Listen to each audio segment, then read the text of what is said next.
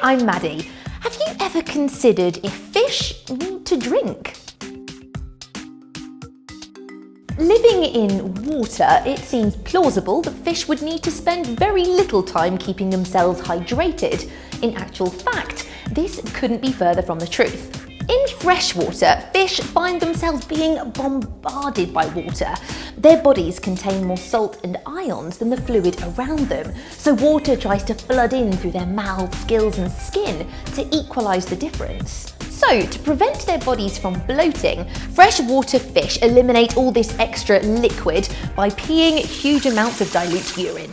In the sea, the situation is reversed. The bony fish here contain less salt and ions than the water they live in, so they are constantly losing water. It's effectively being sucked out of them. To stop them shriveling up and becoming incredibly dehydrated, they drink seawater, and lots of it. They quite literally do drink like a fish. Consuming seawater is obviously not a good idea if you're a human. The vast amount of salt would actually make you thirstier than if you didn't drink it at all. But fish have come up with a clever solution. They pump out the excess salt across their gills, leaving them with just the right amount of water. Sharks, on the other hand, have a very different approach to hydration. Their bodies actually contain almost the same amount of ions as the seawater around them, so water doesn't flow in or out.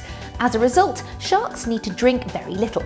To achieve this equilibrium, sharks obviously need lots of extra ions in their blood in comparison to normal fish. So where do they get them from? Well, in this case, sharks use urea to balance the concentration. Urea is the stuff that's found in our wee. They pump it around their body, making good use of a waste product. This is actually why a dead shark will often smell of pee. However, not all sharks are constrained to seawater.